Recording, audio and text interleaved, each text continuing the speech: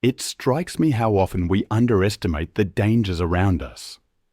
Watching these old documentaries, reading the trans, I'm struck by how many people express disbelief at the risky behavior they see. So many seem to stumble unknowingly into peril. In one video, I noticed a recurring theme in the comments, a kind of stunned disbelief at the choices people make when confronted by wild animals. It's as if a basic understanding of self-preservation is sometimes forgotten. I think of Reggie Peters, a farm advisor in Indonesia. It was July 21st, 2016, a day that began quietly but would end in horror. The air was heavy with humidity near Palankaraya, the aftermath of a night of rain still clinging to the palm trees. Reggie, a 32-year-old from Britain, was known for his quiet nature and his fascination with the local wildlife. He'd been working there for 4 months, studying the creatures around the farm. I find it interesting that he never scared away the snakes or lizards. Instead, he'd kneel down, observing them with a scientist's curiosity. That day, Reggie set out to inspect the water ditches, essential for the palm crops. He packed his notebook, measuring tape, and phone, unaware of the danger lurking nearby. 2 workers, Amir and Luthi, saw him near a muddy ditch, making jokes about the giant snakes rumoured to inhabit the water channels. Reggie laughed, saying he'd love to see one up close.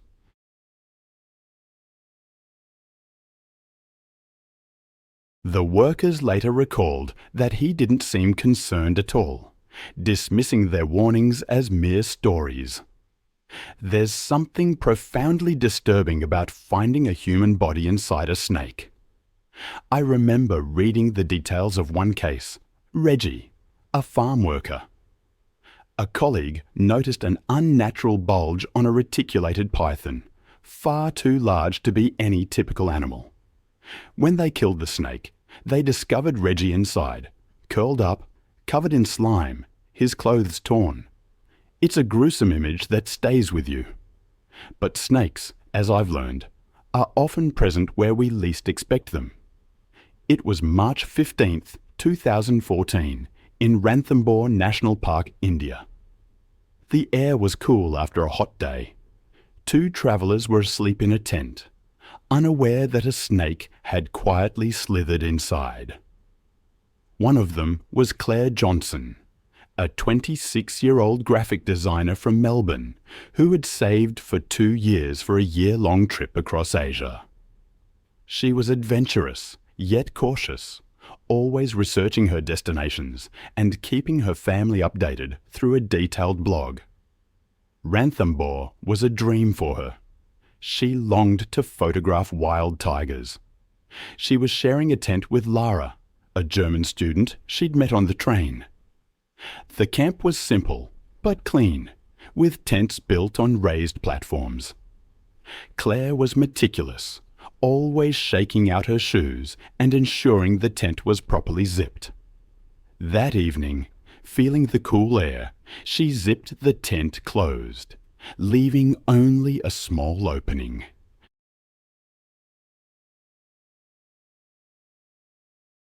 The camp was surrounded by dry grassland, acacia trees, and tall grass, perfect habitat for reptiles hunting in the cool night air. Spectacled cobras were common in Rajasthan, recognizable by the circular pattern on their hoods. They usually avoid people, but sometimes venture into human areas seeking food or warmth. Their venom is potent, capable of killing a person within hours without treatment. Sometime after 4 a.m., Lara woke to a rustling sound. Half asleep, she turned on her phone's flashlight and froze. A spectacled cobra was coiled inches from Claire's sleeping bag, its head raised. Before Lara could react, Claire moved in her sleep, her bare ankle brushing against the snake. The cobra struck twice, its fangs sinking into her skin. Lara screamed, waking the camp. Claire sat up, clutching her ankle, 2 small puncture wounds visible. Camp workers rushed over with flashlights, spotting the snake as it disappeared from the tent. Claire's breathing became rapid and shallow, her eyes glassy. She tried to stand, but her legs gave way, feeling like jelly. The camp had no antivenom. They loaded Claire into a jeep to rush her to the nearest hospital. Lara pressed a scarf above the bite marks, trying to slow the venom's spread. The drive took over 40 minutes on bumpy roads. Halfway there, Claire stopped responding. Her skin turned pale, cold, and clammy. When they reached the rural clinic, the staff said there was nothing they could do.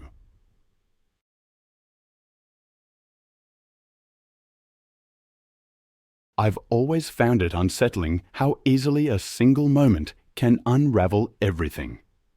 Consider the story of Jorge Cruz, a 42-year-old lime orchard worker in Veracruz, Mexico. He woke before sunrise every day, a pillar of his small village, always ready to lend a hand. He had a simple habit, a connection to the earth. He preferred to work without shoes.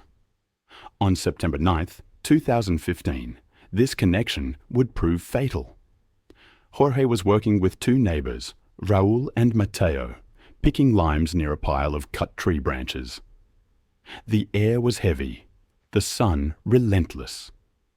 They joked about the heat, unaware that the ordinary rhythm of their work was about to be shattered. As Jorge reached for a low branch, a Terciopelo viper, known locally as the nauyaka, struck. These snakes, common in Central America, are masters of camouflage, their venom potent and destructive. Raul later recalled warning Jorge to be careful, but Jorge, ever confident, waved off the concern. The attack was instantaneous. The snake erupted from the leaves, sinking its fangs into the skin above Jorge's ankle. A sharp cry of pain, a second strike, and then dark blood staining the earth. The venom acted swiftly. Within minutes, Jorge's legs swelled, his skin bruised and discolored. He began to vomit, sweat, his face turning pale. Raul and Mateo, in a desperate attempt, tied a cloth above the bite and splintered his leg with a broom handle. They rushed him to the village clinic on a small wooden cart. The journey slow and agonizing.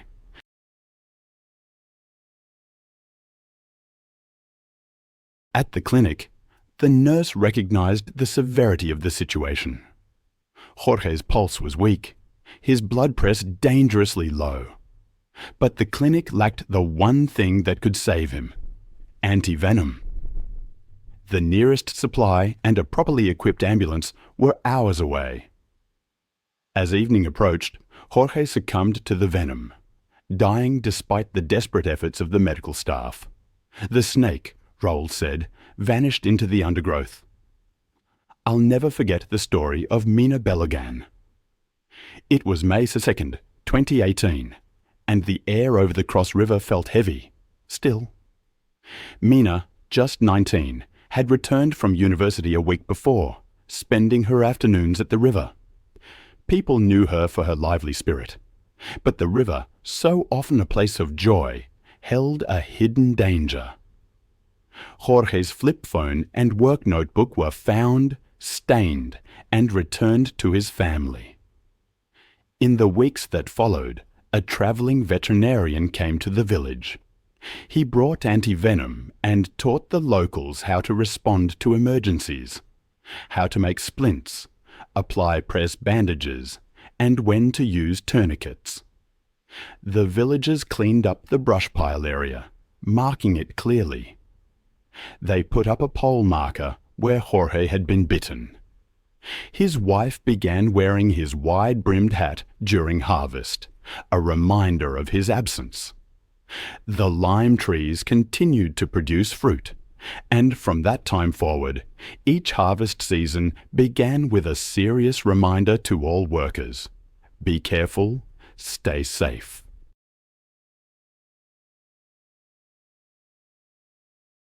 Mina often brought her cousins to swim, even though the older villagers warned them that snakes were more active during the dry season. She didn't think their warnings mattered, believing nothing dangerous ever happened in the shallow water. That day, she convinced 4 of her cousins to join her. They left their sandals and shirts on the rocks before wading into the cool water. Mina planned to return to school soon, hoping to start a community project to teach younger children how to swim safely. She had always seen the river as full of life, not danger. Because Mina felt so comfortable in the water, her cousins trusted her, following her without worry. The afternoon was still, every sound carrying far. The river's surface looked calm, reflecting the cloudless sky, but the locals said the water was never truly quiet. Something was always moving underneath. They chose a wide, shallow part of the river with muddy banks favoured by fishermen. The air was humid, dragonflies flitting just above the surface. Even though it was a bright day, the thick plants on the other side cast long shadows over the deeper parts of the water. African rock pythons, the continent's largest snakes, can grow to be over 20 feet long. They hunt by staying still until an animal comes close, then biting with powerful jaws and wrapping their body around their prey, squeezing until it stops breathing.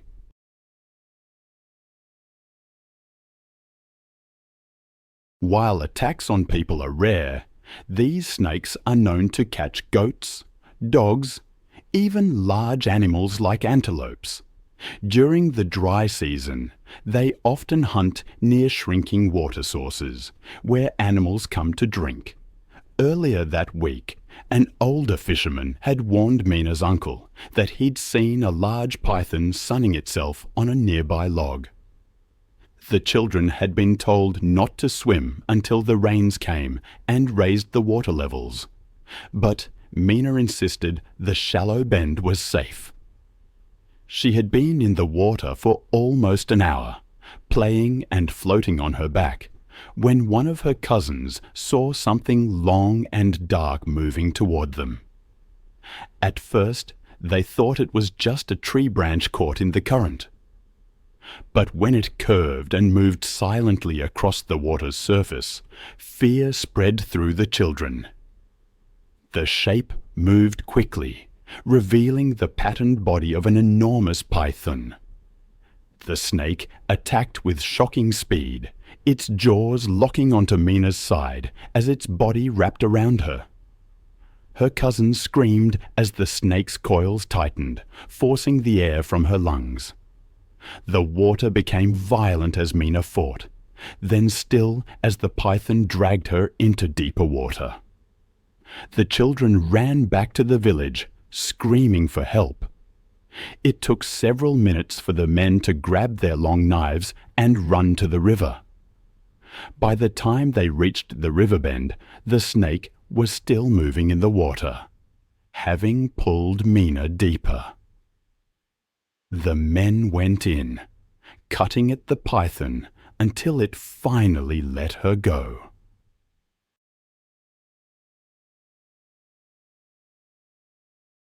When they pulled her onto the muddy riverbank, she had clearly been underwater for too long. Her skin was cold and pale, her lips a deep blue. The villagers tried pressing on her chest and blowing air into her mouth, while others stood in shocked silence. Water came out of her mouth and nose, mixing with the mud. Someone recorded the desperate scene with a phone, the sound of shouting and rushing water mixing with the noise of knives hitting the snake.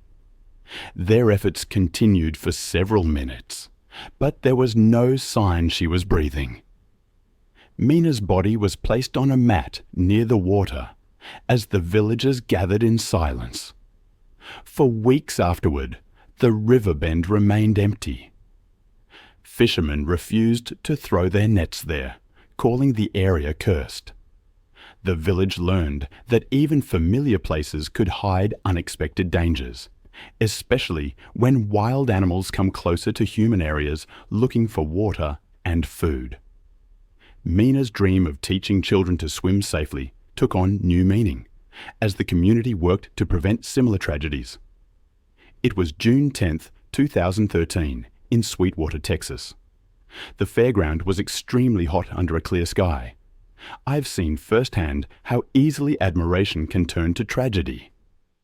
How quickly a moment of awe can become a nightmare. It reminds me of a story I read about a rattlesnake handler named Sammy. He was a steady presence, someone with years of experience who taught new volunteers, always preferring to show rather than just tell.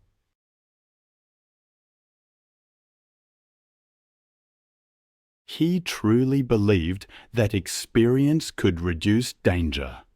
The local people trusted Sammy because he rarely rushed and would correct sloppy technique without making a big deal about it.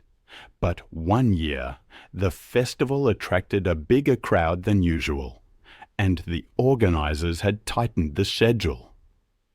Sammy had been moving between snake pits all morning, answering questions and spending a lot of time in the sun.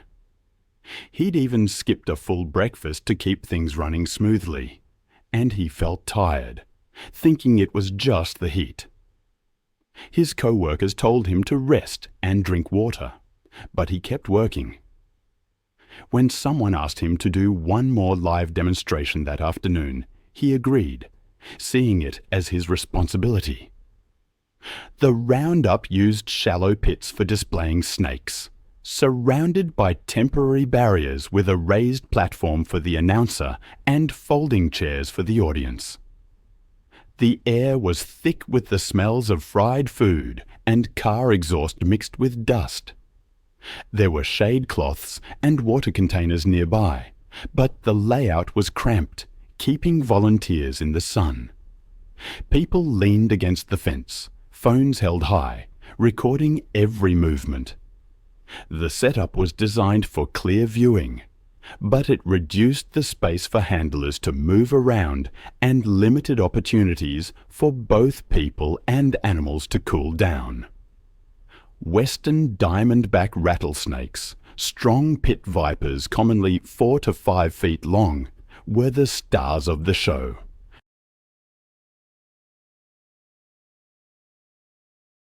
Their poison causes tissue damage and bleeding, potentially triggering shock throughout the body if someone receives a large dose. Large adults can strike with surprising reach.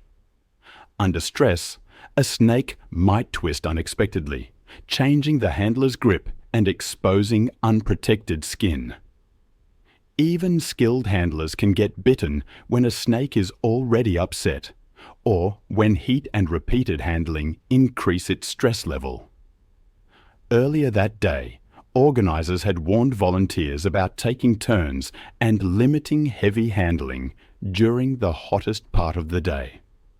A small accident in a morning demonstration had prompted them to formally remind everyone to take breaks and drink water. Medical personnel were standing by with IV fluids and antivenom. Sammy heard the instructions and agreed, but the crowd and the busy schedule drew him back to work. He took a heavy Western diamondback from a colleague and stepped into the pit, wearing a leather glove and carrying a snake hook. He lifted the snake with a practiced motion. For a moment, the crowd relaxed, calmed by Sammy's steady presence. Then, the snake's body shifted under stress and twisted sharply. It lunged forward, and its fangs went through the soft tissue near Sammy's elbow. Pain shot through his arm. He signaled that he was, but his face became red and sweat formed on his forehead. For several minutes, he kept talking to the crowd, but his breathing grew shallow, and he asked for a chair.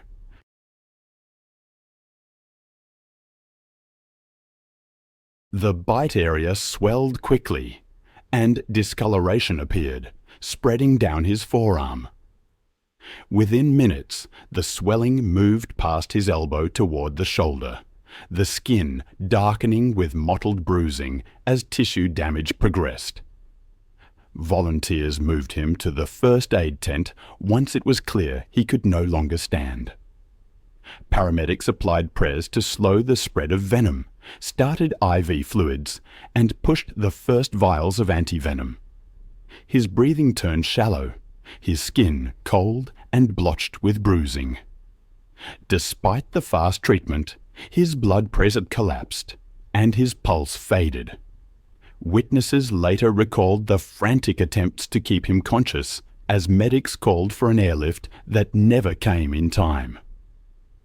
In the aftermath, friends and fellow handlers organised training sessions, inviting regional medics to review emergency procedures and practice drills.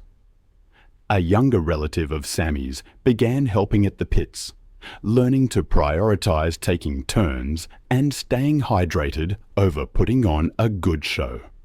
The festival board documented the incident and created a checklist for demonstrations, including maximum handling time, required breaks, and a fast evacuation plan to the nearest ambulance access point. It's a stark reminder that even the most experienced among us are vulnerable. It also makes me think of another situation, this one far from the snake pits of the American West, taking place on March 15th, 2016, in the dense rainforests of southeastern Cameroon.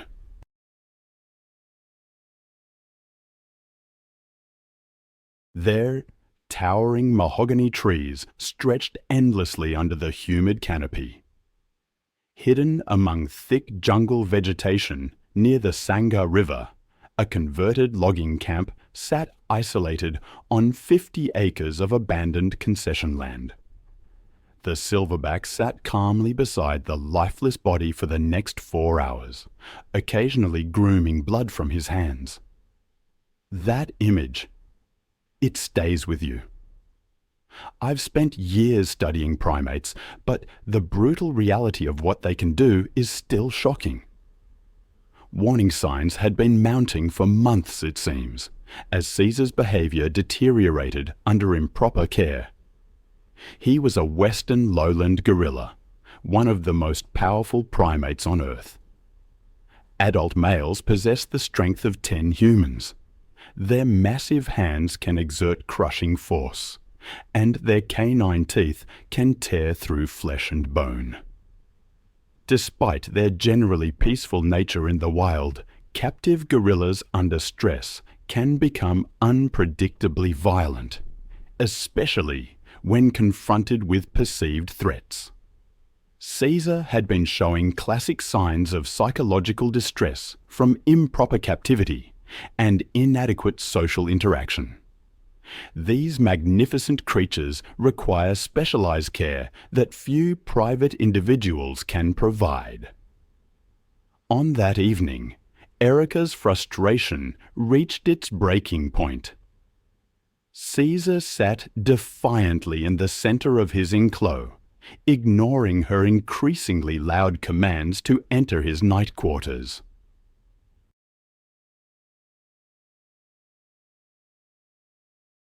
Determined to assert her dominance, she grabbed a makeshift electric prod fashioned from old logging equipment and unlocked the heavy gate to his reinforced pen.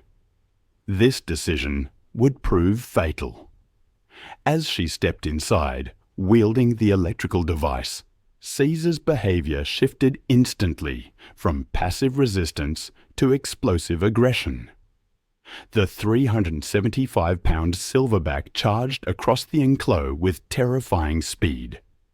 His massive body slammed into Erica's chest with the force of a small vehicle, launching her backward into the metal fence. The rusted metal cut deep into her back as Caesar's enormous hands grabbed her face, his thumbs pressing into her eye sockets with crushing press. Blood streamed down her cheeks as his fingernails tore at her skin. Caesar's powerful jaws clamped down on her left ear, severing it completely. Erica's screams echoed across the empty rainforest as the gorilla grabbed her right hand, which still clutched the makeshift prod. His bite force of over 800 pounds per square inch crushed 3 fingers at the knuckles, severing them entirely. The enraged primate lifted Erica's body off the ground and shook her violently. Her shoulder dislocated with an audible pop as Caesar slammed her face first into the concrete floor. Her nose shattered on impact, creating a growing pool of blood beneath her head. The gorilla then grabbed her right leg with both massive hands and twisted, snapping her femur bone. The jagged fracture tore through muscle and skin.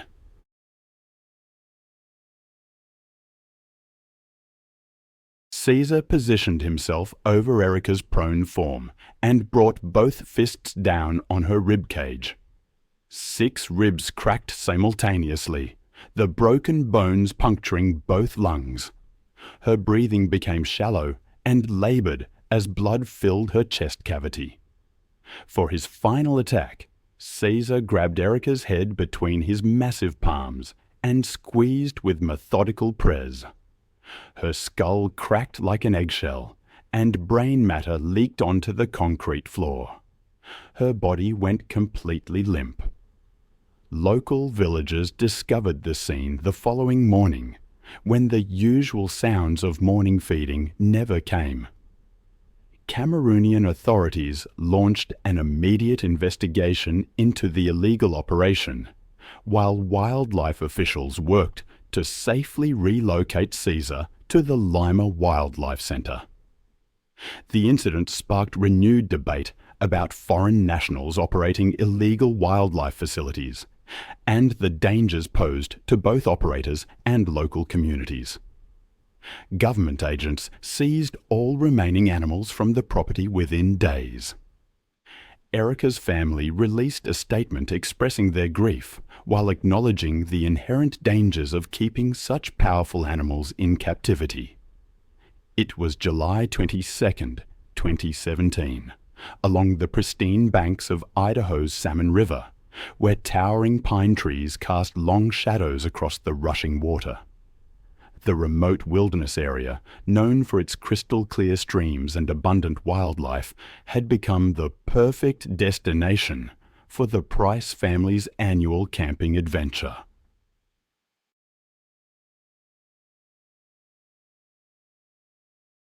Landon Price, a 34-year-old construction foreman, had driven his wife Sarah and their 2 young children, Emma and Jake, to this secluded spot just 30 yards from the riverbank. What made this trip different from previous years was the modified dog crate secured in the back of their pickup truck, containing their most unusual family member. 2 years earlier, Landon had purchased Scout, a mountain cougar cub, from an exotic animal dealer operating in the grey areas of wildlife law. The construction worker's overconfident personality had convinced him that his experience with domestic animals would translate perfectly to raising a wild predator. He kept the growing cougar in a reinforced shed behind their suburban home, telling curious neighbors it was simply an unusually large dog breed.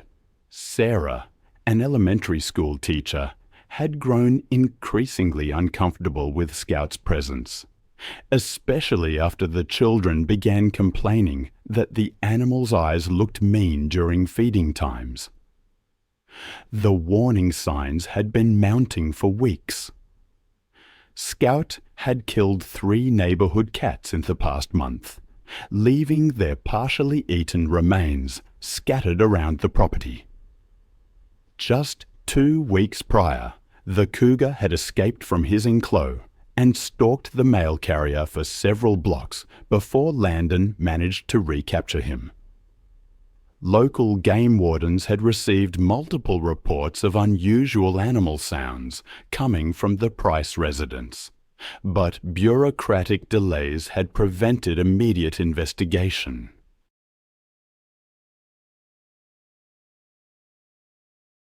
Mountain cougars are apex predators perfectly designed for stealth hunting, with powerful hind legs capable of propelling their muscular bodies over 20 feet in a single bound.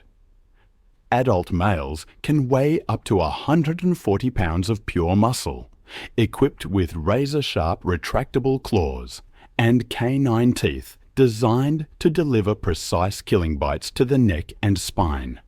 Unlike domestic cats, it's a fatal mistake to believe that a wild animal, even raised in captivity, has somehow lost its true nature. I've seen this time and again in my research. The story of Landon, Scout, and the cougar always struck me as particularly tragic. Landon made that very mistake when he released Scout from his transport crate, wanting to give the 3-year-old cougar a chance to stretch and explore. He thought Scout's upbringing had somehow domesticated the animal's wild instincts, treating a predator like a house cat. As the family set up their fishing gear, Scout emerged, immediately surveying the unfamiliar territory. His coat blended with the brush, his yellow eyes cataloguing every movement and sound.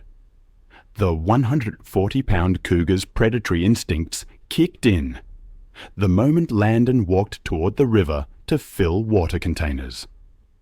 Scout crouched behind a log, his muscles coiling. His tail twitched, a telltale sign of the hunt as he calculated distance and timing. He launched himself, covering 20 feet in a single leap, striking Landon in the back.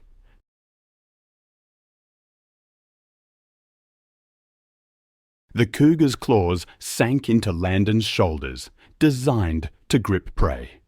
His jaws clamped onto the back of Landon's neck. The cougar's canine teeth severed the spinal cord instantly. Landon was paralyzed from the neck down, his face submerged. He drowned within 90 seconds.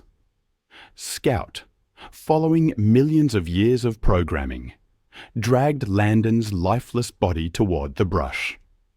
Sarah grabbed Emma and Jake, rushing them to the safety of their locked truck, where they waited for 3 hours until park rangers arrived. Authorities launched an investigation into the illegal possession of the cougar, and wildlife officials worked to capture Scout. The incident reignited the debate about exotic animal ownership. Then there's the story of Marcus Ellison.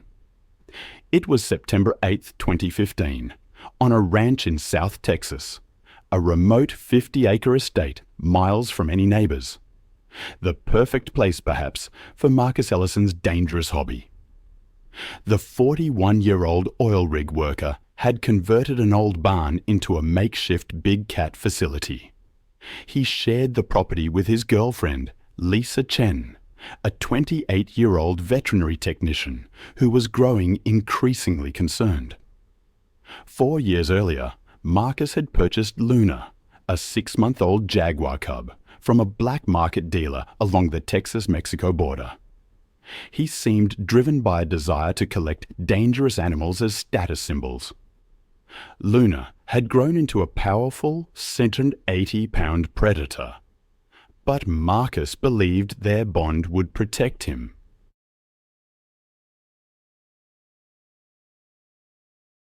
Lisa had been pressuring him to surrender Luna to a sanctuary, especially after witnessing the jaguar's increasingly erratic behavior. The warning signs had been mounting. Luna had been refusing food for 4 days. She had begun marking territory throughout the house, leaving her scent on furniture. Her pacing had worn paths in her enclosure, and Lisa noticed that Luna's pupils remained dilated, indicating stress. Neighbors reported hearing strange vocalizations at night. Jaguars are the third largest big cats in the world, with the strongest bite force of any feline. They are designed killing machines with bodies built for power and jaws that can exert over 1,500 pounds of press per square inch. Unlike other big cats, jaguars deliver killing bites directly through the skull or spine. Even hand-raised jaguars retain their wild instincts and can become unpredictable. Marcus made his fatal mistake when he entered Luna's enclosure without backup. Concerned about her refusal to eat, he believed their bond would allow him to safely investigate. He unlocked the gate to her pen and stepped inside, carrying only a flashlight. Luna sat motionless in the shadows, her eyes reflecting the beam. The 180-pound jaguar had been waiting. As Marcus knelt 15 feet away and extended his hand, Luna's predatory instincts took over. Her muscles propelled her across the enclosure. Luna's attack was swift and precise. Her body slammed into Marcus's chest.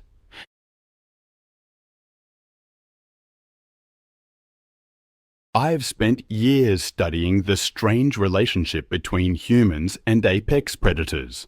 Sometimes, the line between researcher and victim blurs with terrifying speed. Consider the story of Marcus, a man in Texas who kept a jaguar named Luna. One evening, Luna attacked with the force of a battering ram, sending Marcus crashing backward. Her jaws locked around his throat, her canine teeth finding their mark with horrifying precision. The jaguar's bite force crushed Marcus's windpipe instantly, severing arteries and causing massive blood loss. He lost consciousness within seconds, and Luna maintained her grip for 3 full minutes. Only then, satisfied that he was dead, did she begin to feed. Lisa discovered the scene the following morning. Luna sat calmly in the corner, grooming blood from her paws and face. Marcus's partially consumed body lay in the center of the pen, a testament to the power of wild instincts. The incident sparked renewed calls for stricter regulations on exotic animal ownership. Marcus's family released a statement acknowledging the inherent dangers of keeping wild predators, urging others to learn from their tragic loss. Then there's the story of Brianna Ellis, a 26-year-old marine biology graduate student in Homestead, Florida. Behind her modest rental house was an elaborate backyard pond system, home to one of nature's most dangerous predators, a 9-foot American alligator named Brutus. Brianna had rescued Brutus 2 years earlier.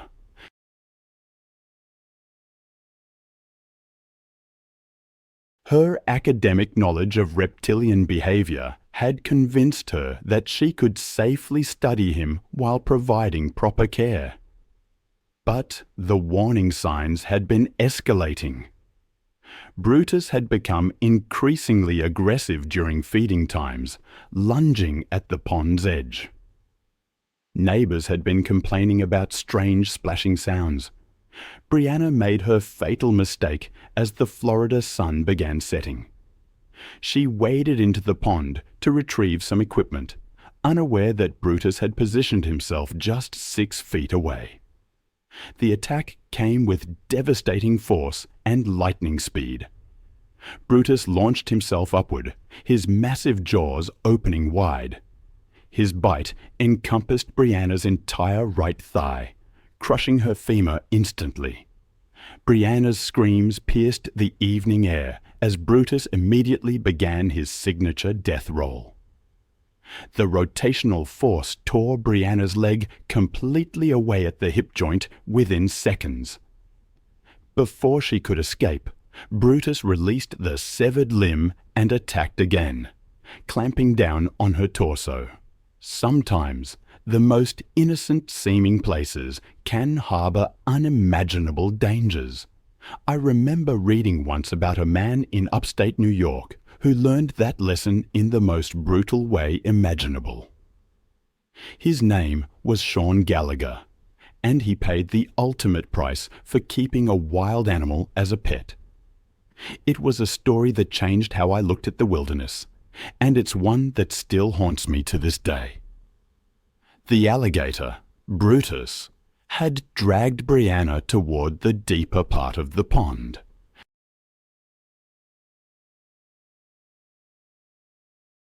For nearly 2 minutes, the thrashing continued beneath the surface as Brutus instinctively drowned her. When Brianna's body went limp, her lungs filled with water and blood, the alligator held his grip until all movement stopped. The dive team recovered only scattered remains. Brutus retreated to the deepest section of the pond with his kill. Authorities launched an investigation into the illegal possession of the reptile. The incident led to immediate changes in local ordinances regarding exotic animal ownership in residential areas. It was October 3, 2016, in the Adirondack Mountains. 15 miles from the nearest neighbour, a weathered log cabin sat nestled among the trees. This isolated retreat was home to Shah Gallagher, a 38-year-old former wildlife rehabilitator whose career had ended in disgrace 3 years earlier. Bitter and paranoid, he had retreated to this inherited family property after losing his rehabilitation license following a previous bear incident that left him with a permanent limp. Sean shared his sanctuary with Kodiak, an 8-year-old 400-pound American black bear. He had illegally acquired the animal as an injured cub 3 years prior, claiming to rescue it. His obsession with proving his rehabilitation methods were superior to state-approved programs had driven him to keep Kodiak despite losing his professional credentials.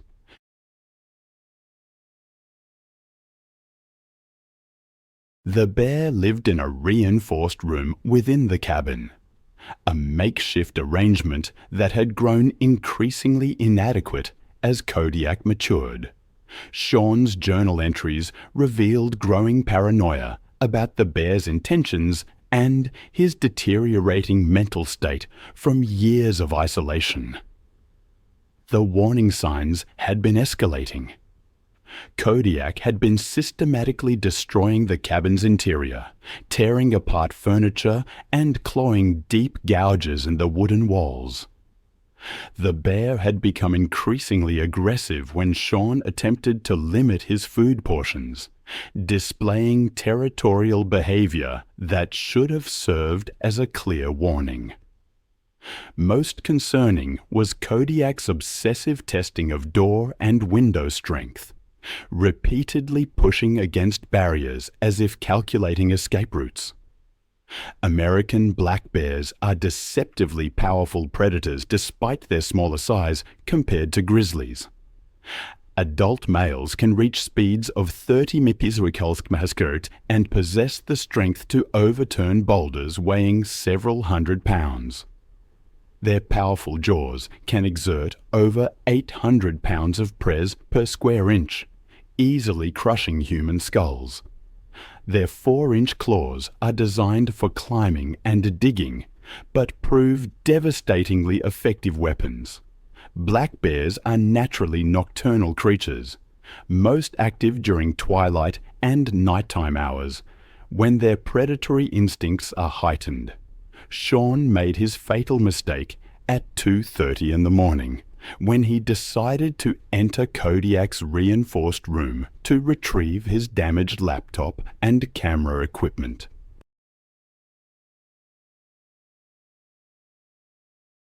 The bear appeared to be sleeping peacefully in the corner of the 15 and 20-foot space, his massive form barely visible in the darkness. Sean desperately needed to recover his electronics before they were completely destroyed by the bear's ongoing rampage. He stepped quietly into the room, carrying only a small flashlight, believing Kodiak was in deep sleep. What Shaun failed to realize was that Kodiak had been awake for hours, waiting with the patience that made black bears such effective predators. The bear's naturally nocturnal behavior meant his senses were at peak alertness during these early morning hours, and captivity had made him increasingly territorial about his confined space. The 400-pound black bear moved with surprising speed and agility. Kodiak rose to his full height of 7 feet and charged across the room in 3 powerful strides. Shaun had no time to react as the bear's enormous frame filled his vision. Kodiak's first strike came from his massive right paw, equipped with 4-inch claws designed by nature for climbing and digging. The blow struck Shaun squarely in the chest with tremendous force, his claws raking 4 parallel gashes across his rib cage that penetrated deep into muscle and bone. The impact launched Shaun backward into the reinforced wall with bone-crushing force. Before Shaun could even attempt to defend himself, Kodiak pressed his attack with methodical efficiency.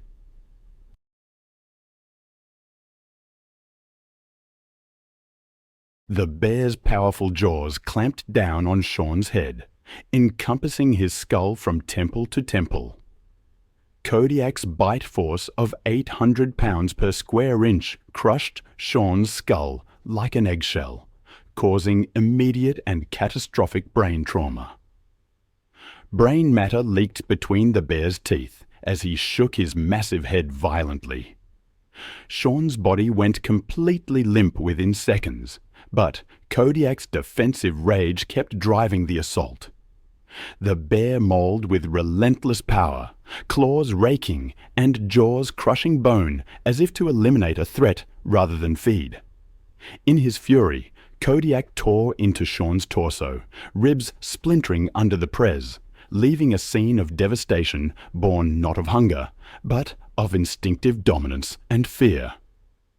The attack continued for 15 minutes before Kodiak finally retreated to his corner, leaving Shaun's partially consumed remains scattered across the wooden floor. The bear sat calmly, grooming blood from its claws and muzzle.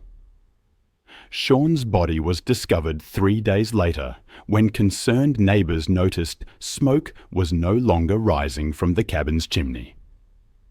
Authorities launched an eye. I've always been drawn to stories where humans try to bridge the gap between themselves and the wild. Sometimes those bridges collapse in the most tragic ways. Take the case of Michael Torres, a mechanic from Houston, Texas. He kept a Bengal tiger named Raja in a chain-link enclos on his property. He believed the tiger recognized his scent, his tone, even claimed the animal would never hurt him.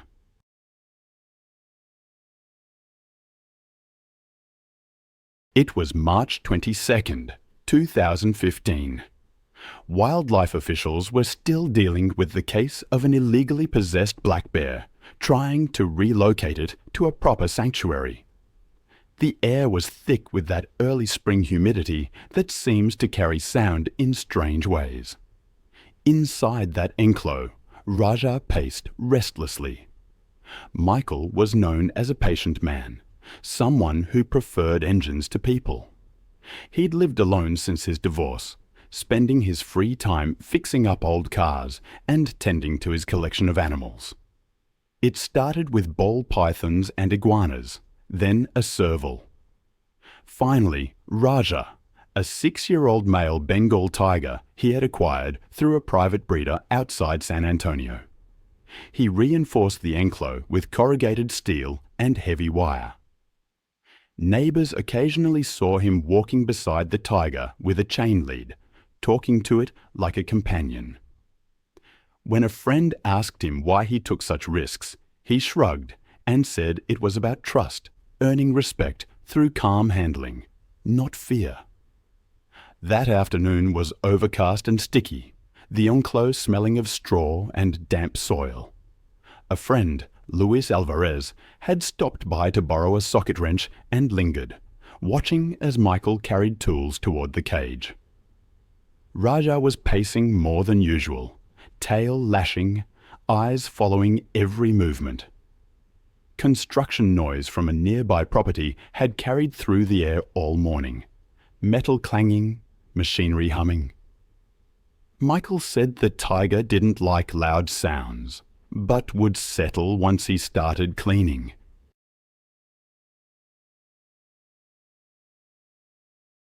Bengal tigers are apex predators, capable of crushing bone with a bite, exceeding 1,000 lb of pres.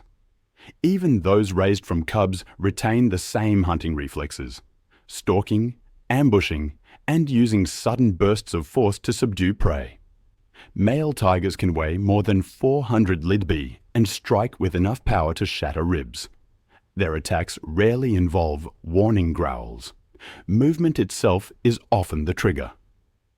Luis stood about 20 yards away, leaning against the fence, while Michael opened the inner gate. He was replacing old straw, raking droppings into a bin. For convenience, he left the outer gate partially open so he could move a wheelbarrow through more easily. It wasn't the first time he'd done it. Luis later said that as he worked, Raja continued pacing, muscles tensing with each pass along the fence. Michael glanced up once, muttered something under his breath, and bent again to lift a shovel. Luis later told investigators he saw the tiger freeze mid-stride. Its ears flattened, body crouched low to the ground, tail twitching rapidly. A second later, Raja lunged. The impact made a hollow sound, metal and flesh colliding. The tiger's paw raked across Michael's face, knocking him flat on his back. He screamed, clutching his jaw, trying to crawl toward the gate. Raja followed in 2 strides and clamped its jaws around his neck and shoulder, dragging him deeper into the enclosure. Luis shouted and threw a wrench that clattered uselessly off the fencing.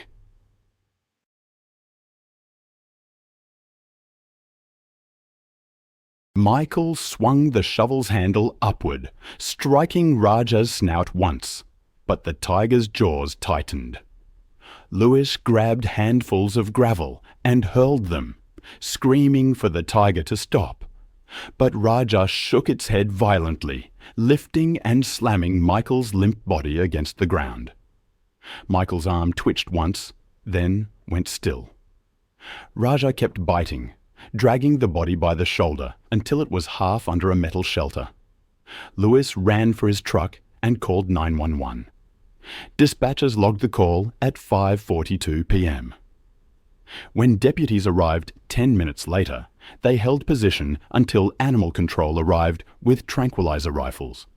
But when Raja charged the fencing, one officer fired his service rifle, striking the tiger in the shoulder. Raja collapsed near the shelter, exhaling once before going still. Michael's body showed extensive trauma, massive lacerations to the neck, chest, and abdomen. One arm had been partially severed, and his face was unrecognizable from the first strike. Investigators noted that despite his experience, he had no secondary containment system, no safety barrier or secondary lock. The open gate gave the tiger full access once the attack began. Animal control removed Raja's body that night. Michael's sister handled arrangements quietly, declining interviews. His funeral was attended by fewer than 20 people. Neighbors left flowers at the fence. The straw inside still stained dark where the attack happened.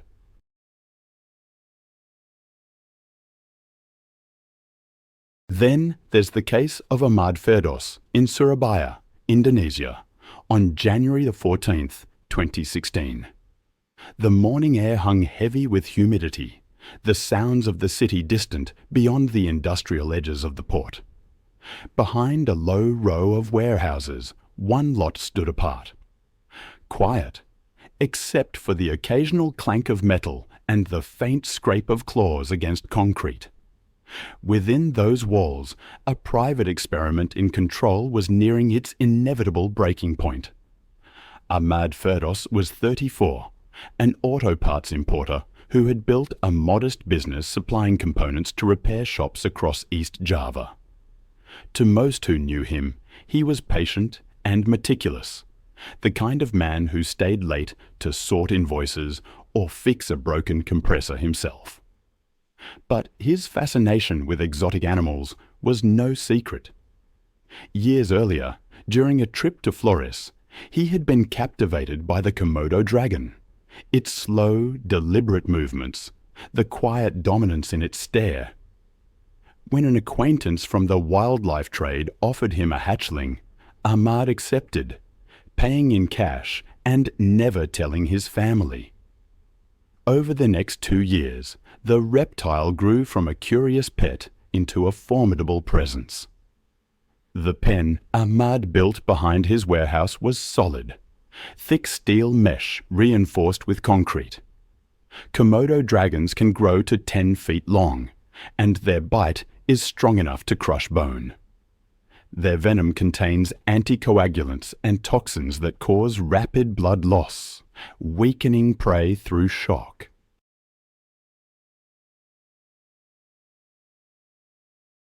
I've always found it unsettling how nature can equip a creature with such a terrifying arsenal. Ahmed, however, seemed unafraid. He had raised the Komodo dragon from a hatchling. The enclosure he built seemed adequate at the base, but it was small, designed for a creature half its current size. He fed it chicken parts and goat meat, often by hand, clearly proud of its trust in him. The few employees who had seen it warned him to be careful. One worker, Yuri Santoso, told him the animal was no longer tame, but Ahmad only smiled and said it knew him. That Thursday morning was still and overcast, the smell of diesel drifting from the nearby road. Ahmad had skipped feeding the previous evening, distracted by a shipment problem. By sunrise, he noticed the dragon's water basin overturned and filthy. Wanting to clean it before the day's work began, the gate creaked as he entered the enclosure. The animal was in the far corner, body motionless. They are ambush predators, capable of bursts of speed despite their heavy frame. In captivity, they can become defensive or aggressive if handled frequently or underfed. Yudi, working in the front section of the warehouse, heard the clang of metal and a low thud. Then came a sharp cry. He dropped his clipboard and ran toward the back, rounding the corner just as Ahmad fell. The dragon had latched onto his right calf, its teeth sunk deep through fabric and skin. Blood darkened the concrete beneath him.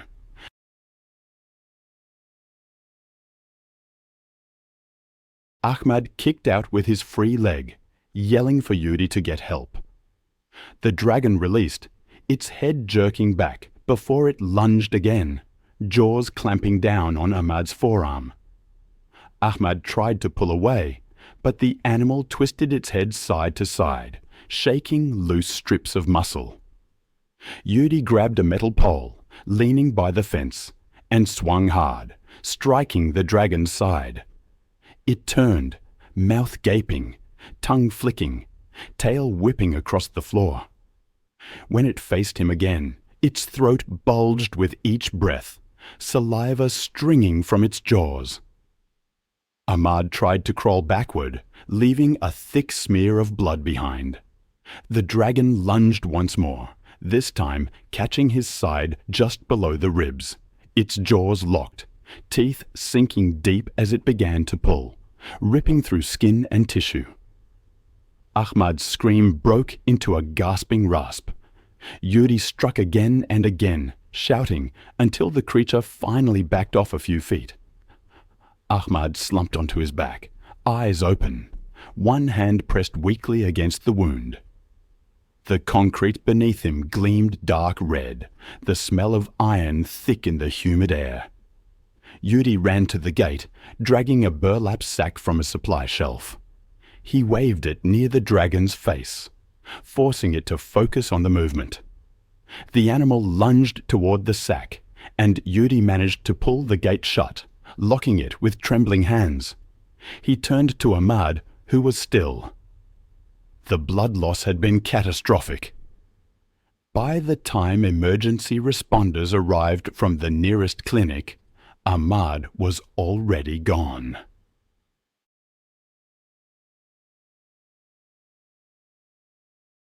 Later reports confirmed he had suffered multiple deep lacerations to the leg, arm, and abdomen, with significant internal bleeding.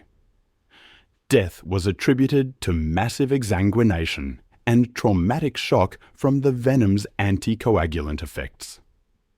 Veterinarians who examined the animal later said it had shown signs of food aggression, behavior triggered when prey or a familiar handler moves suddenly during feeding.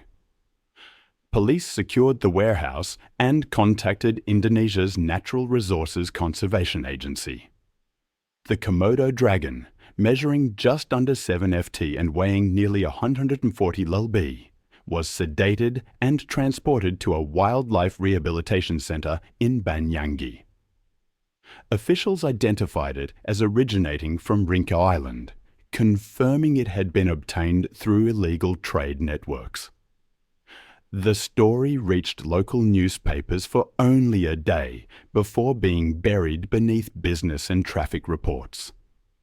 Neighbors remembered Ahmad as generous, the man who sponsored youth football games and handed out bottled water to delivery drivers. But within the warehouse community, the story circulated quietly, a warning told in fragments. Those who had seen the pen said he treated the dragon like a misunderstood companion, never realizing that to it he was always prey. It was May 30th, 2014, near Bozeman, Montana. The morning was clear and still, the kind of quiet that hung heavy before the heat built up. A line of spruce trees framed the small animal sanctuary Mark Jennings had built from the ground up.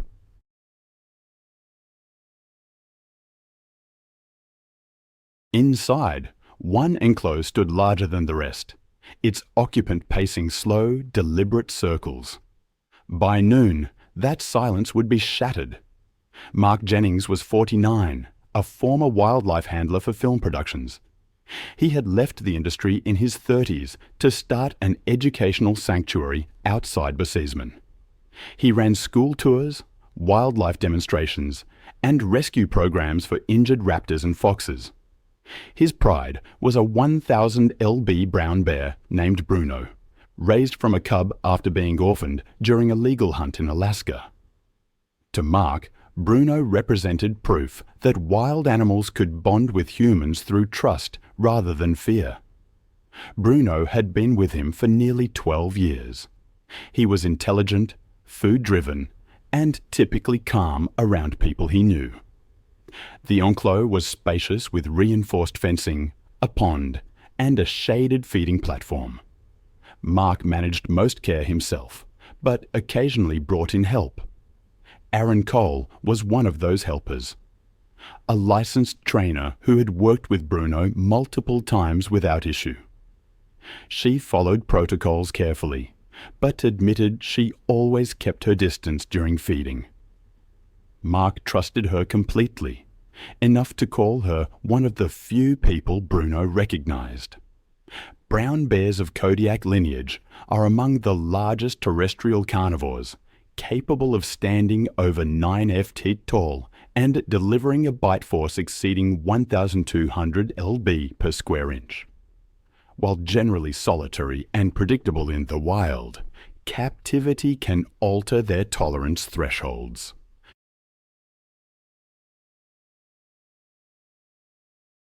Even long-term handlers face risk if food, scent, or routine changes. During feeding, aggression can surface suddenly, triggered by... I've spent a lot of time thinking about animal attacks. How quickly they happen. The suddenness of the violence. 30 seconds. That's all it took for one man to lose his life, and for a woman to be forever changed. The sanctuary sat on rolling pasture, bordered by pines. It was early summer, strong sunlight, restless animals. You could smell the hay and meat from the storage shed. That morning, the enclos were quiet, save for the pacing claws and the creak of metal gates. Aaron arrived early to prepare Bruno's meal. 15 pounds of meat mixed with supplements. Mark had left the previous evening to visit his sister. He reminded Aaron to feed Bruno at the usual time, late morning, and to check the water trough afterward. The next day, he texted Aaron around 10, but received no reply. Assuming she was busy, he started driving back. Just after noon, he pulled into the gravel lot and noticed the outer gate to Bruno's enclos was half open. The feeding pail lay overturned beside it. Then he heard screaming. He ran toward the sound, rounding the corner to see Bruno towering near the feeding platform. Aaron was on the ground beneath him, her right arm torn open. She kicked weakly, clothes soaked dark with blood. The bear's movements were methodical. Broad swipes, a deep huffing sound between each motion.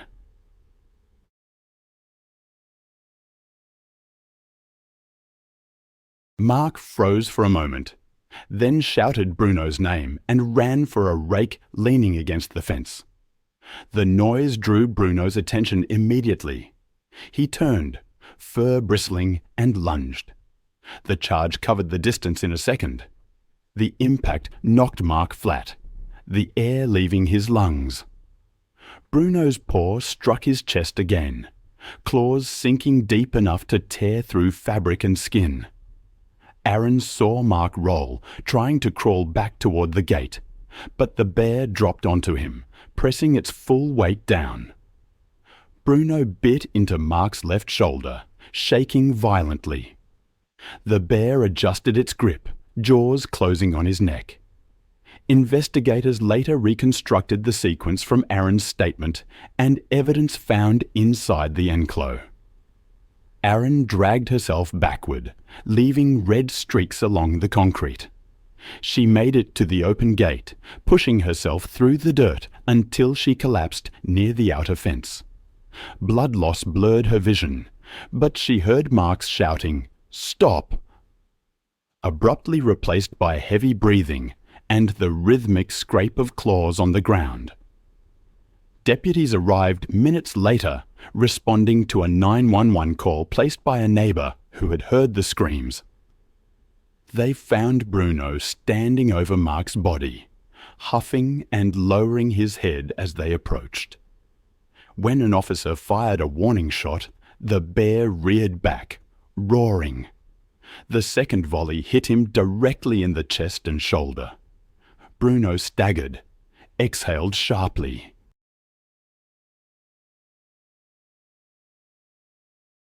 The medical report confirmed that Mark died from blunt and penetrating trauma to the thorax and cervical region. Aaron survived after multiple surgeries to repair her arm and shoulder. Investigators determined that the feeding gate had been improperly secured, allowing Bruno to push through before the pail was placed. Food aggression was cited as the cause, a sudden response to perceived competition over the meal. In the months following the attack, Aaron withdrew from animal work entirely. She sold her training equipment, moved to Missoula, and refused interviews. Friends said she became quiet, often waking from sleep at the faint sound of metal gates or animal breathing. She never returned to the sanctuary grounds. Then there was August 19th, 2017, in the Limpopo province of South Africa. The air was heavy from the previous night's storm, the ground damp and the acacia trees still dripping. At Johanboa's game lodge, in the lion enclosure beyond the guest bungalows, the large male paced in slow, deliberate circles. It was mid-morning, and tourists had yet to arrive, so Johan decided to tend to the animal himself. A routine he had done hundreds of times before, one that would end differently this time. Johan was 46, a former ranger who had turned his modest patch of bushland into a profitable wildlife lodge. Known for his confidence around big cats, he was comfortable where others were cautious.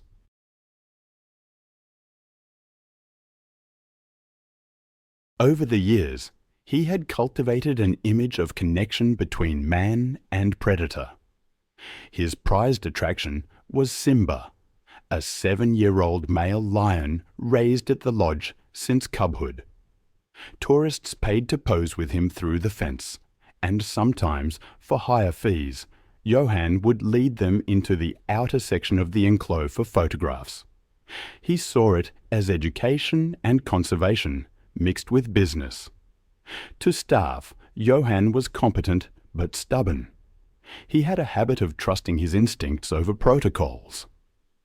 Employees described him as meticulous with animal care, yet dismissive of warnings when it came to Simba. The lion was full-grown, nearly 500 pounds, and though raised in captivity, he retained the instincts of a wild predator. Still, Johan insisted Simba recognized him as the one constant presence, often entering the cage to clean or adjust the feeding structure alone. Adult male lions, especially those kept in captivity, exhibit erratic behavior when stressed. Their territorial instincts can surge unpredictably, especially after storms, when scents shift and sound travels differently. A single swipe of a paw can break bone. Their bite, over 650 pounds per square inch, is built to crush windpipes. Even with long-term handlers, moments of agitation can become fatal within seconds.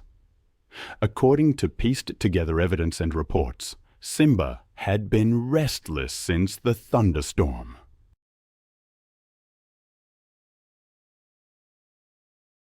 The overnight lightning had sent him pacing and roaring through the night, rubbing his mane against the fence.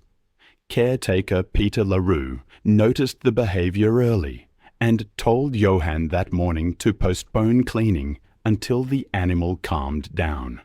Johan brushed it off, saying the lion got anxious if ignored. Around 9 a.m., Johan took a broom and bucket toward the enclosure while a visiting maintenance worker tested a new camera. I've spent a lifetime studying animal behavior, and there's one case that still haunts me. It involves a lion named Simba and a zookeeper named Jan. The details, captured on video, are chilling. Jan approached the gate with a broom, Simba inside the enclosure. He closed the inner gate behind him, leaving the outer one ajar, and began sweeping, speaking softly. Another worker filmed, fascinated by Jan's calmness. But then Simba began circling, his tail flicking. His behavior changed quickly. He lowered his head, crouched, and lunged. The impact knocked Jan to the ground, the broom clattering away. Simba's jaws clamped around his shoulder, driving him down. Jan yelled, pushing against the lion's muzzle. Simba shifted his grip, teeth sinking into the back of his neck. The sound of deep growling overpowered Jan's cries as Simba dragged him toward the shade, claws tearing through his shirt and skin. Jan tried to roll onto his back, kicking at the animal's chest, but the lion's weight crushed his ribs.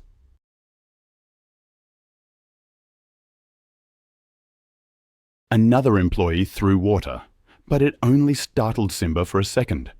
Yan's voice faltered into short, gurgled gasps. Simba lunged again, biting into his throat. The motion was efficient, final. The lion's jaws stayed locked as Yan's body went limp. Rangers arrived within minutes, tranquilizer rifles ready. They found Simba standing over Yan's body. They fired 2 darts into his flank. Simba collapsed beside Yan.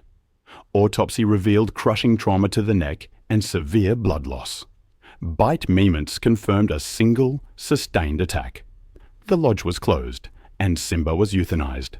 Officials classified the incident as preventable, citing complacency and poor safety protocol. It was October 6, 2013, in Mobile, Alabama.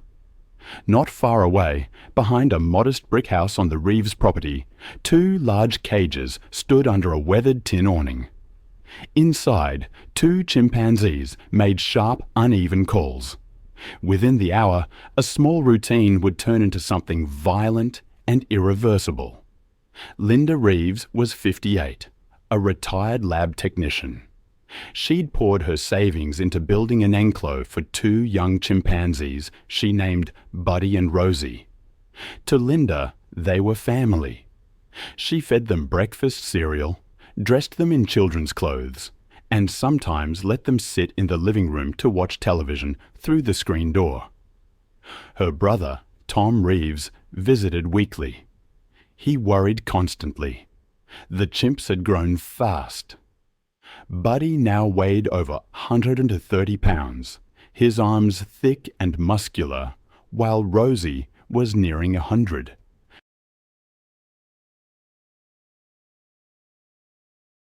Chimpanzees are incredibly strong, 5 times the upper body strength of an adult man.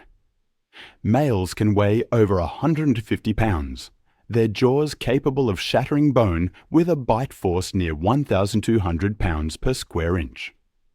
Tom had seen them rattle the cage doors when upset, and warned Linda repeatedly that they were no longer controllable.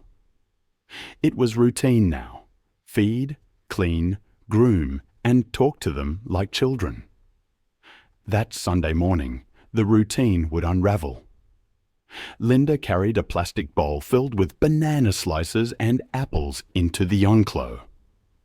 Buddy screeched as she entered, bouncing on his knuckles while Rosie clung to the bars.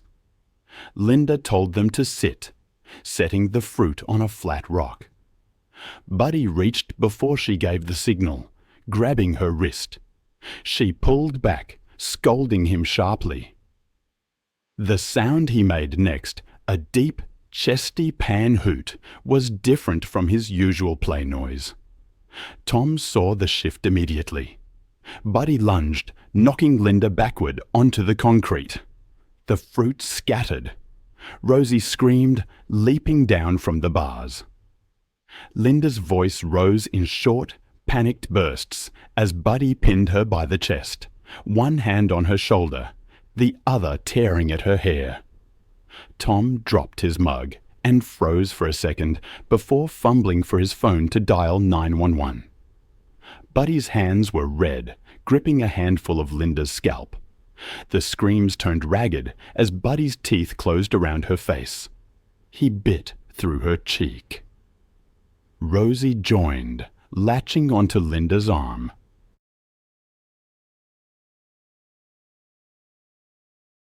Tom ran to the fence, striking it with a shovel while shouting into the phone for help. Buddy's head jerked up, eyes wide and black, before he went back to tearing. The fence rattled under the blows, but neither chimp reacted for long. I still find myself thinking about April 17th, 2015.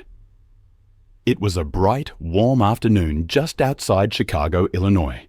The kind of day where yellow school buses pull into parking lots. But this wasn't just any parking lot. It belonged to a small private animal park. A roadside zoo, really. The kind with fading paint and rust eating away at the fences. What happened there that day? It's a stark reminder of how quickly things can turn. Families strolled, teachers herded students, and everyone pointed at the usual suspects: parrots, goats, monkeys, all in their cramped little pens. Near the centre, behind a low chain-link fence and a moat thick with algae, was the chimpanzee exhibit. A sign, barely legible, warned against climbing. Inside, 2 adult males and a younger female lived among tired wooden structures and a patch of worn grass. It looked outdated, especially compared to the habitats you see in modern zoos. One of those students was a 12-year-old named Matthew Collins. His mother worked nights. His father drove a forklift. They didn't travel much, so Matthew cherished these glimpses of the animal world. He was a climber, impulsive, always looking for a higher vantage point.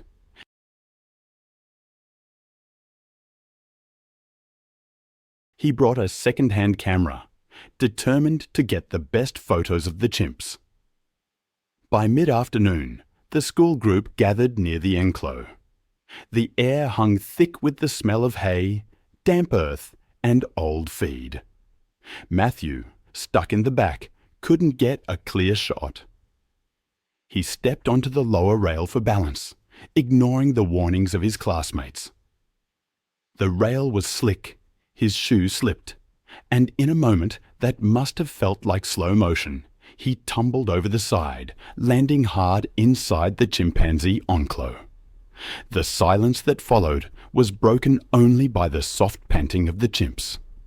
Then one of the males, Bo, a broad-shouldered chimp, stood upright, bristling. He hooted, slapped the dirt, and moved toward Matthew. The younger male followed, puffing air. Visitors later described the sounds as chilling, deep hoots rising in pitch, the rhythmic drumming of palms on the ground. They stopped just feet away, studying the boy who had fallen into their space. Bo grabbed Matthew's shirt. Matthew screamed, trying to crawl backward, but the chimp's grip was too strong. The first strike wasn't a bite, but a display of dominance. A sharp smack to the head that knocked the boy sideways. Then came the bite, a hard clamp on the arm. The smaller male joined in, pulling at Matthew's sleeve and striking his shoulder. The sounds of hitting, tearing, and panicked screams filled the air. A zookeeper, hearing the commotion, ran toward the enclos, grabbing a hose from the maintenance shed.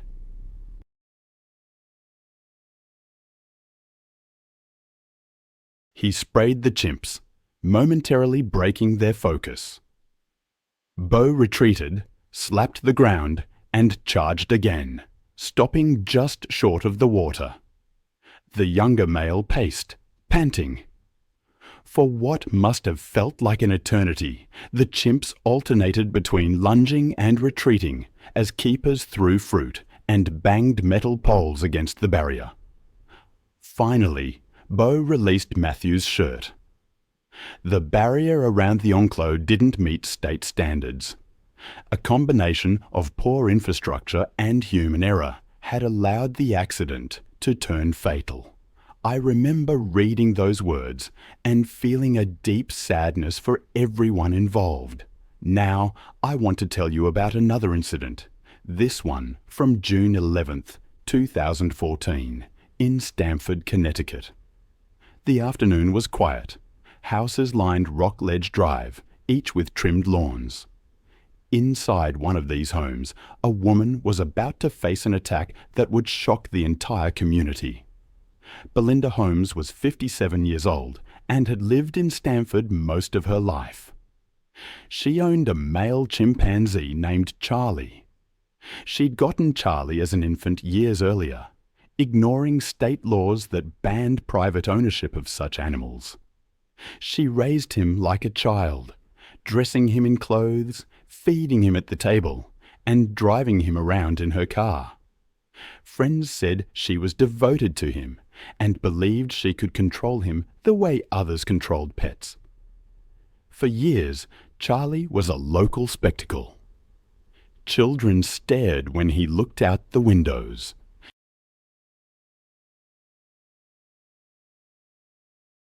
Neighbors watched Belinda walk him on a leash through the yard. She treated him like family and defended him whenever anyone expressed concern. But there were warning signs. Charlie had grown much larger over the years. By age 12, he weighed over 120 lbs. Belinda struggled to hold him back when he became upset, but she insisted he was gentle and misunderstood. The house showed years of living with the animal. Furniture was scratched and damaged from his climbing. The air often smelled of animal musk.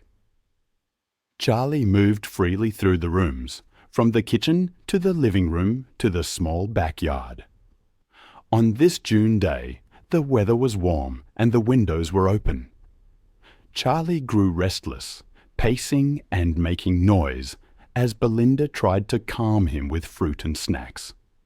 Years of living in a human household had not removed Charlie's natural instincts.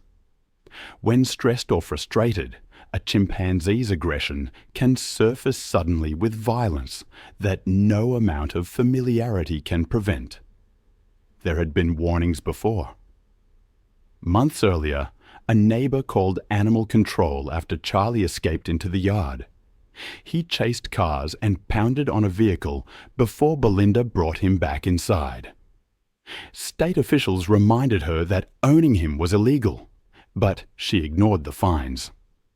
Friends noticed that Charlie became irritable around strangers, but Belinda continued to insist he was harmless. On the afternoon of June 11th, his agitation was clear.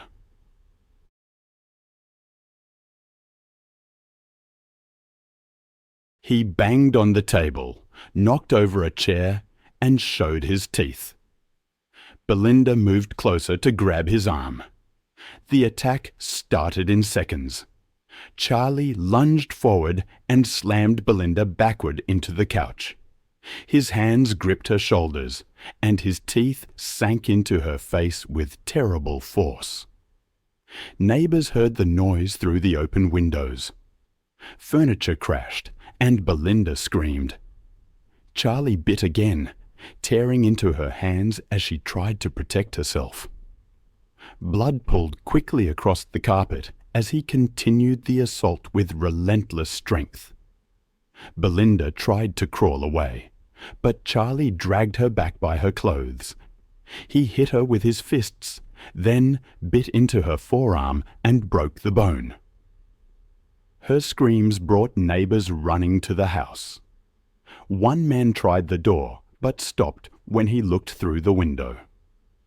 Charlie was hunched over Belinda, his face and arms covered in blood. The neighbors backed away and called 911, their voices shaking as they described what was happening. Police arrived within minutes. Officers walking toward the front door heard the chimp screeching and Belinda crying.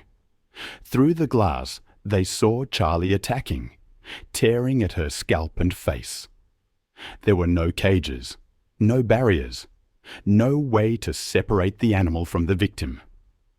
When Charlie turned toward the window and pounded against it with bloodied hands, officers decided they had to act.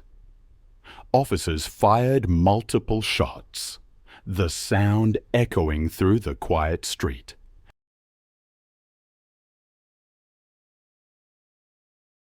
Charlie collapsed in the living room on the blood-stained carpet. Officers rushed inside and pulled Belinda out from under his body. She was barely awake, her face destroyed and her hands mangled. Paramedics worked quickly, but the damage was severe. She was airlifted to a trauma center with critical facial injuries, severe trauma to both hands, requiring amputation and massive blood loss.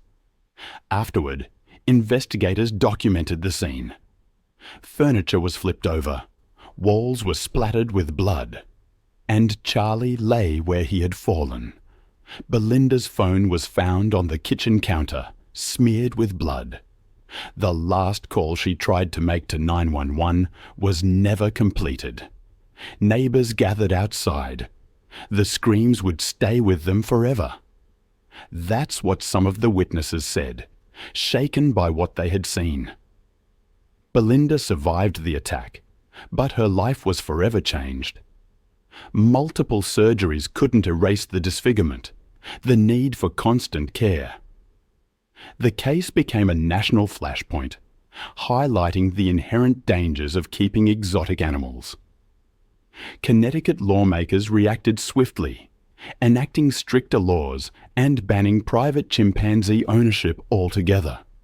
The house where it happened was eventually sold, but the new owners couldn't escape the story tied to the property.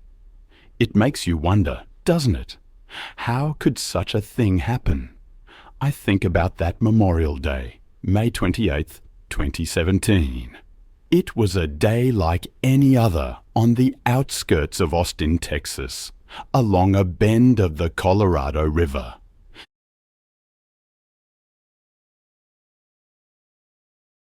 A few families had gathered for a barbecue at a privately rented picnic site.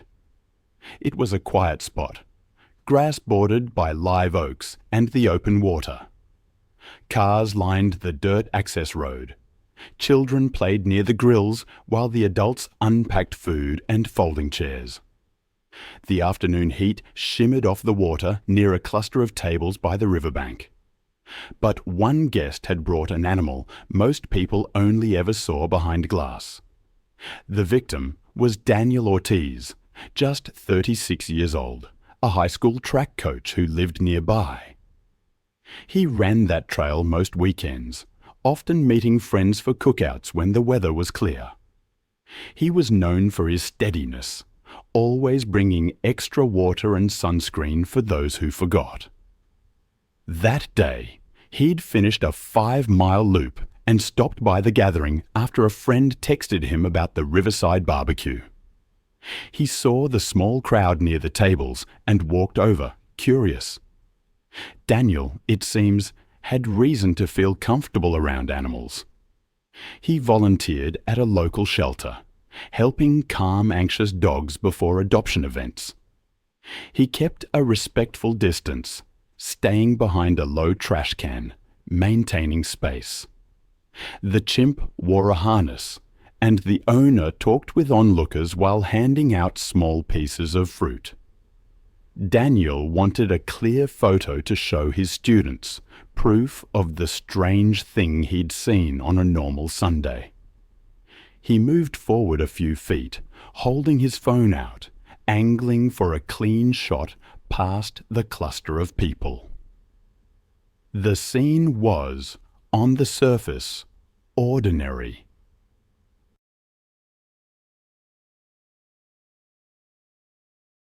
The chimp shifted constantly, pacing a small circle on the leash, sniffing the air, reaching toward anything held too close.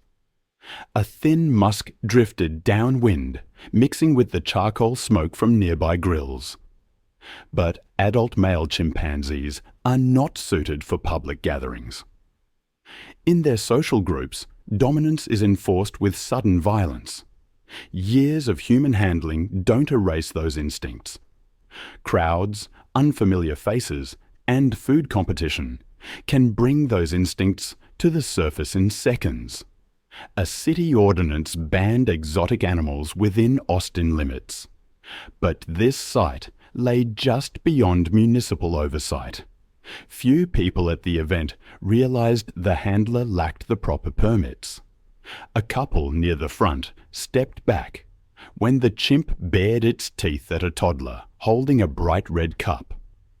The owner shortened the leash but kept feeding it bits of fruit. A runner passing along the dirt road called out that it looked risky. Daniel nodded, adjusted his stance, and waited for the chimp to settle so he could take one steady shot. The tension increased by inches. Children clustered too close, then were pulled back. The chimp snatched a strawberry from a paper plate and grunted, eyes fixed on moving hands and faces. The owner tugged the leash, which had slackened around his wrist. Daniel stepped a little closer, maybe 2 feet forward, to avoid someone's shoulder in his frame. The chimp wheeled toward the movement. For a beat, everything held still except the wind.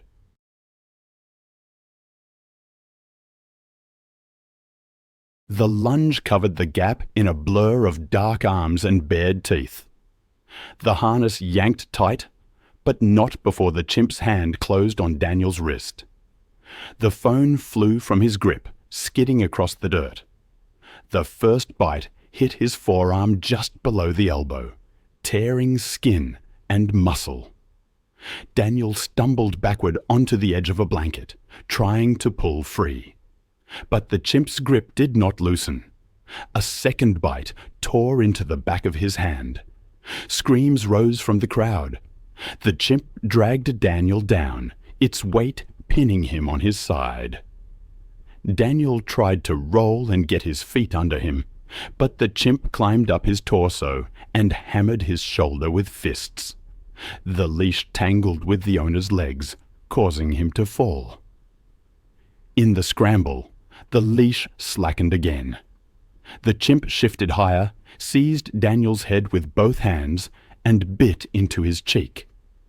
Blood pooled in the grass, soaking the corner of a blanket, streaking the chimp's face. Attempts to intervene failed in rapid succession. A man kicked at the chimp's hip, but the chimp swung one arm without looking and knocked him off balance.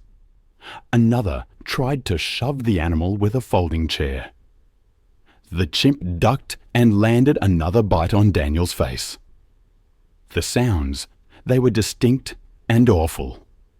Wet impacts of fists, ragged breathing, high-pitched shrieks from the animal, and short grunts from Daniel every time teeth met bone. A woman dragged 2 children backward by their shirts as the owner crawled toward the leash, hands shaking.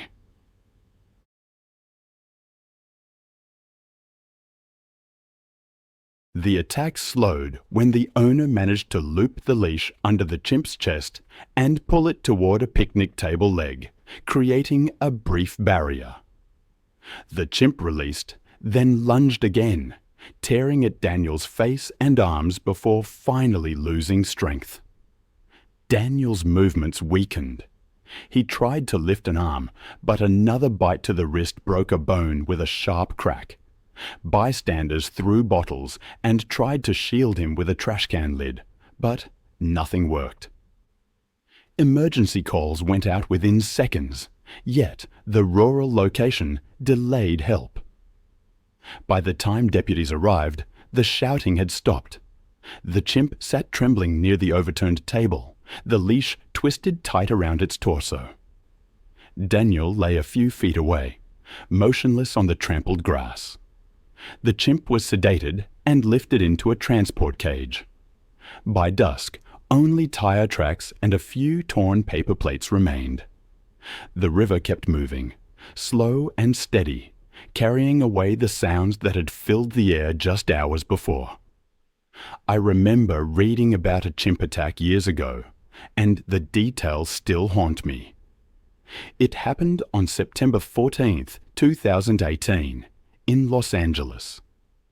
A seemingly simple animal demonstration for a daytime talk show turned into a nightmare. The chimp, named Mike, had been trained for years, but the lights, the heat, and the unfamiliar faces proved too much for him. Kevin Harris, the trainer, was an experienced professional. For 2 decades, he'd built his career on patiently teaching wild animals to tolerate human environments.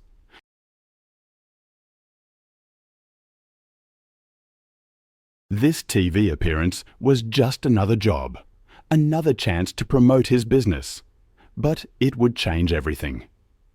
Mike, the 13-year-old chimp, weighed 125 pounds.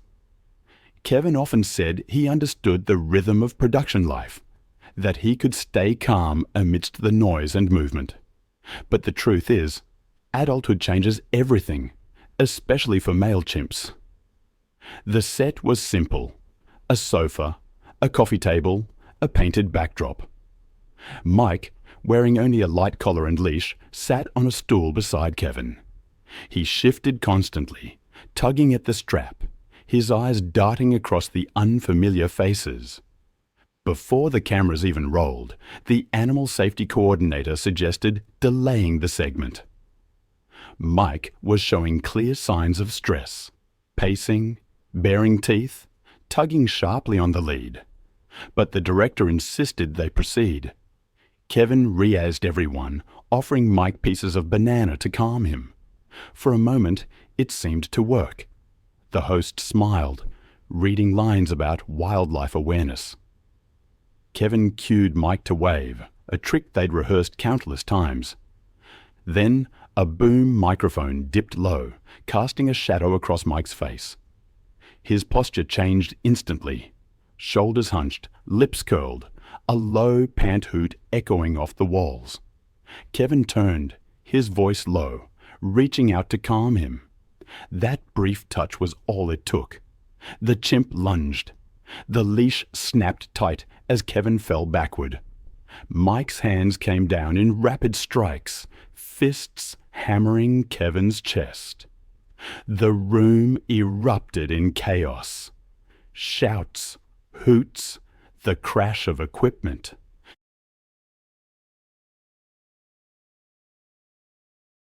Someone yelled to cut the power. Kevin tried to shield his face, but Mike's jaws locked onto his arm, tearing through muscle and tendons. Blood sprayed across the carpet as Kevin twisted, trying to free himself. The chimp released and struck again, biting his shoulder, delivering more blows with his fists. The host ran off set. Crew members screamed for security. One man swung a tripod, but Mike dodged, gripping Kevin's shirt and dragging him toward the wall. The impact cracked a camera housing. The chimp's shrieks grew higher, rhythmic and mechanical, each sound matching a strike or bite. Kevin's movements slowed, his left arm hanging limp. A crew member threw a fire extinguisher. The spray clouded the air, coating the floor in white dust. Mike released for a moment, then turned toward the noise, teeth bared and streaked with red. Security burst in, one man with another extinguisher, another with a collapsible baton. The first blast of powder hit Mike square in the chest. He reared back. The second spray pushed him away from Kevin, who lay motionless on the floor. Animal control officers arrived within minutes. They tranquilized Mike on sight, the dart striking his shoulder as he bared his teeth. He staggered before collapsing beside the toppled couch, his eyes fluttering. Kevin survived, but barely. Surgeons documented dozens of puncture wounds, a shattered forearm, and severe facial injuries. He lost part of his arm and most of the muscle tissue on one side of his face.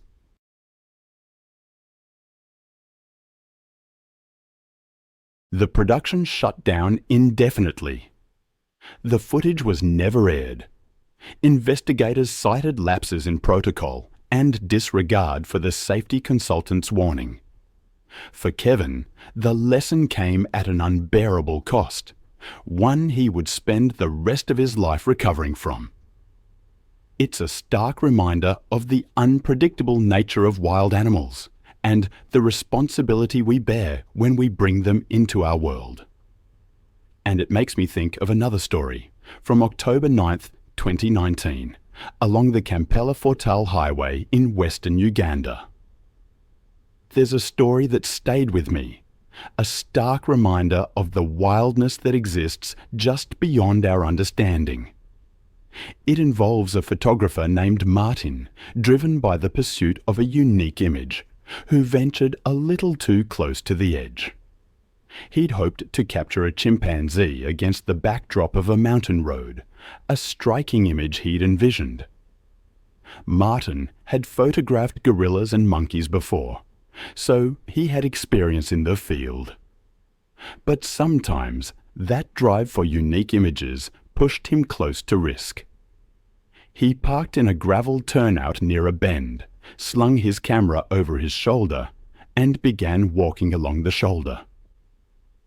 A passing motorbike rider shouted at him in the local language, gesturing toward the trees. But Martin only waved back and kept moving. He seemed to see the danger as being less about animals and more about the trucks speeding around blind corners. The highway cut sharply through green ridges, walls of vegetation pressing close to the road.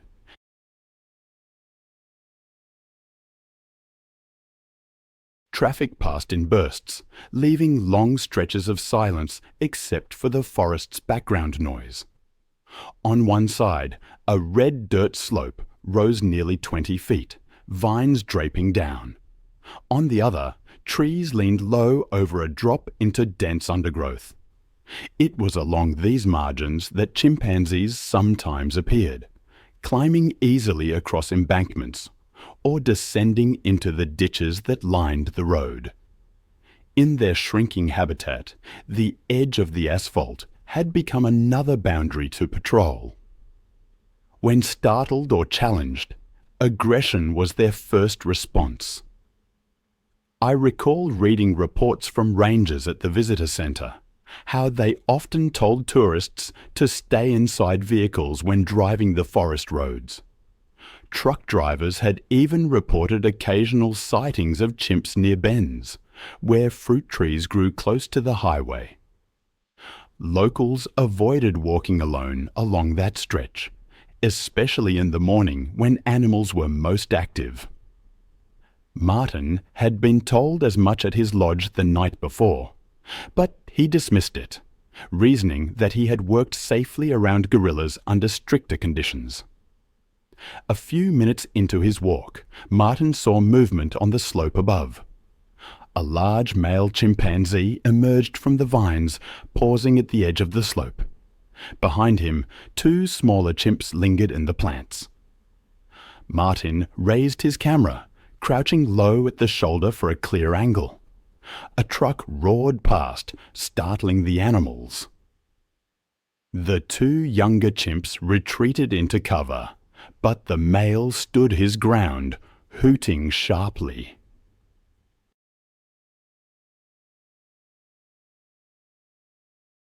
Martin kept clicking, zooming in for a close shot. He stepped forward into the lane, unaware that the chimp had begun to climb down toward him. The descent took only seconds. The chimp dropped onto the asphalt with a heavy thud, closing the gap on all fours. Martin lowered the camera just as the animal charged, dark arms swinging with sudden speed. The first impact knocked him backward into the gravel, his camera skidding across the pavement. The chimp seized his left arm and dragged him toward the edge of the road. Martin tried to brace with his feet, but the strength difference was overwhelming. The first bite clamped onto his forearm, tearing skin and muscle. A passing motorbike braked, the rider shouting as he watched. Martin screamed and kicked, but the chimp straddled his chest and struck his head with fists. Another bite tore into his shoulder. Blood pooled quickly on the gravel shoulder, running into the ditch. The younger chimps appeared briefly from the tree line, hooting and circling before retreating again. The male remained fixed on Martin, pulling at his clothes and biting again, this time at his ear and jaw. Witnesses tried to intervene. The motorbike rider threw stones from the roadside, but the chimp barely flinched. A truck slowed, horn blaring, startling the animal just long enough for Martin to roll weakly onto his side. The chimp dragged him back and sank its teeth into his thigh, shaking violently. The sounds were raw.